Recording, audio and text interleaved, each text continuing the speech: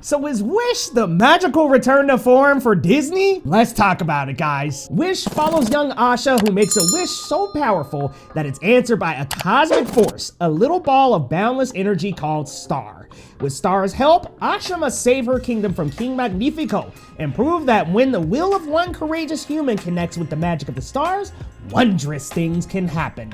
This film stars Ariana DeBose as Asha, Chris Pine as King Magnifico, Alan Tudyk as Valentino, Evan Peters as Sleepy, Angelique Cabral as Queen Amaya, and so much more to the cast, you guys. It was directed by Van Veersandorn and Chris Buck.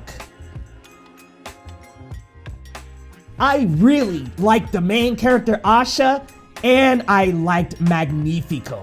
I think these two really do represent the stereotypical Disney main character and villain, but I like that Asha has this relatable struggle wanting the best for her town and for her people, and once she discovers what Magnifico is up to, she can't help but want to actually fulfill the people's wishes and give them their wishes back. Because we see Magnifico's plot unfold throughout the movie. He is a great villain in my opinion. I liked Magnifico. I liked Magnifico because from the start you could tell he was stepping over a boundary a little, but we see this descent into madness as he grows mad with power. And I really enjoyed seeing these character arcs come to life, especially that one of Magnifico descending into power. And Queen Amaya tries to keep him on the good side, but he doesn't decide to listen and decides once he sees a magic that seems competitive to his, he decides to awaken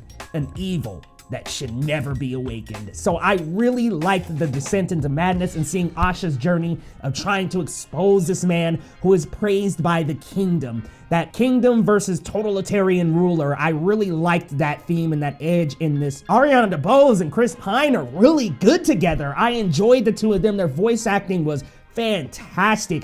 Especially Chris Pine at times. I thought he really had a kooky, fun villain in King Magnifico. So I really liked the two of them, of course. And man, Ariana DeBose, woo, that chick can sing, but we gonna get to that in a little. I enjoyed the Seven Dwarfs characters as well. While I think they didn't have a lot to do and maybe they weren't as memorable as Valentino and Star, I really liked them and I love their character designs. And the guy who was grumpy, man, he was eating, okay? That man was grumpy, all right? So I really enjoyed the way that they played to the Seven Dwarves and to those characters very well. Some of them get a little bit more to do than others, and I thought, I wish some of them had a little more to do. So I think some of those side characters, maybe not our best. But then we got Alan Tudyk as Valentino and Star, who at times, Star's cuteness steals scenes, guys. Star is so adorable. This cute little Star who comes in and is just the cutest little thing here. So magical and cute and enchanting. And I really like Valentino's little quips and his little one-liners. I think he's hilarious. Alan Tudyk did a great job as that character. So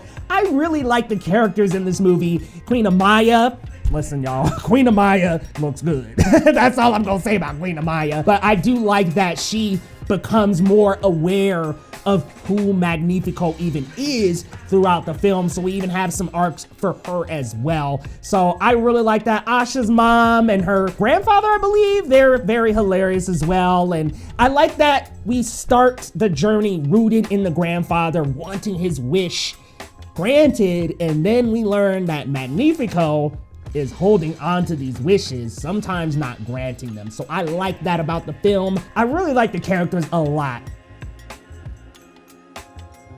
The songs were wonderful. Listen, guys, I love the songs here. The Mediterranean influence and the percussion and the rhythms and the types of instruments they use is just so refreshing.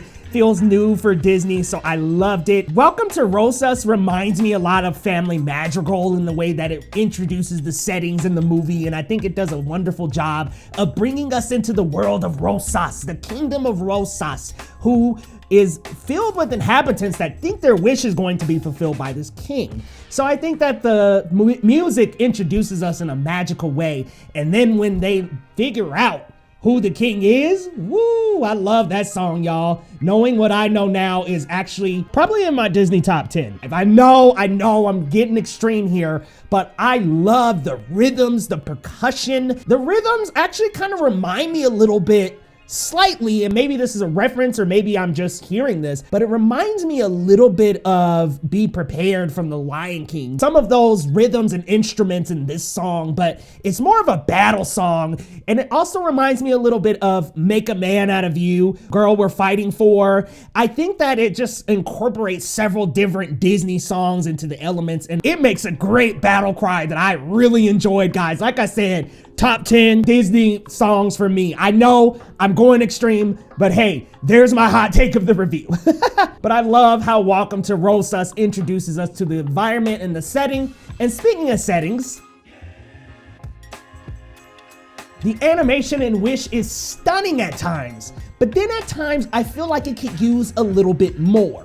The 3D character models mixed with the 2D environment and with some of the 2D character shapes and models, it works for the most part, but there are some environments, in my opinion, that maybe feel like they're lacking a little something. I think that maybe the animation was really crisp, stellar, colorful, beautiful.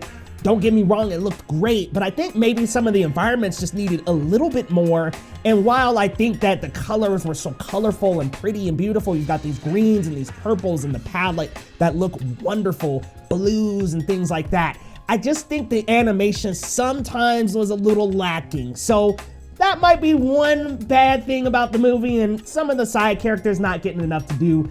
But I did love how Star looked whenever these wishes were around, whenever they were in the music too. The animation really came to life and really got big and bold, and that's how you do in Disney movies, right? I mean, that is the exact route to go. Once they get into the singing, it gets bigger and bolder. One of my favorite songs, Hakuna Matata, I Can't Wait to Be King, when the music starts, it gets bigger, and that's what I loved about this movie doing. It takes us into this magic when you get into the songs, and I really love it. The film is also packed with Easter eggs.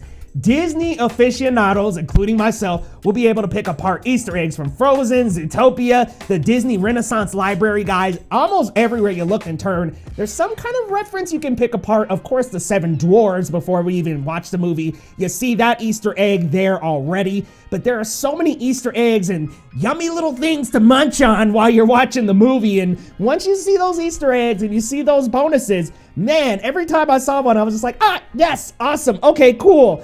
It felt like a packed movie, though. It didn't feel like it was just an Easter egg film, in my opinion. So that's how I felt. So is this a magical return to form for Disney? In my opinion, yes. I know critics are not really feeling it, and I've seen a critique going around that maybe it's lacking a little something, but for me, you guys, I had a wonderful time. Ariana DeBose can sing, y'all. So she sang her heart out in these songs, and I really like the rest of the cast singing as well. Chris Pine had some songs. Really enjoyed the singing, the vocals. To me, it felt magical. It felt like we were back in a magical land, and we really took a lot of pieces from other Disney movies and compiled and made this movie. And to me, while it's maybe not the most unique Disney film, I had a really fun time with this one, and I felt at home in Rosas, y'all. I was like, listen, some of those moments in the movie had me tearing up. I'll be honest with you. There were a couple moments that had me really feeling it. But guys, I understand this might not be it for everybody, but your boy Leo Rydell loved it.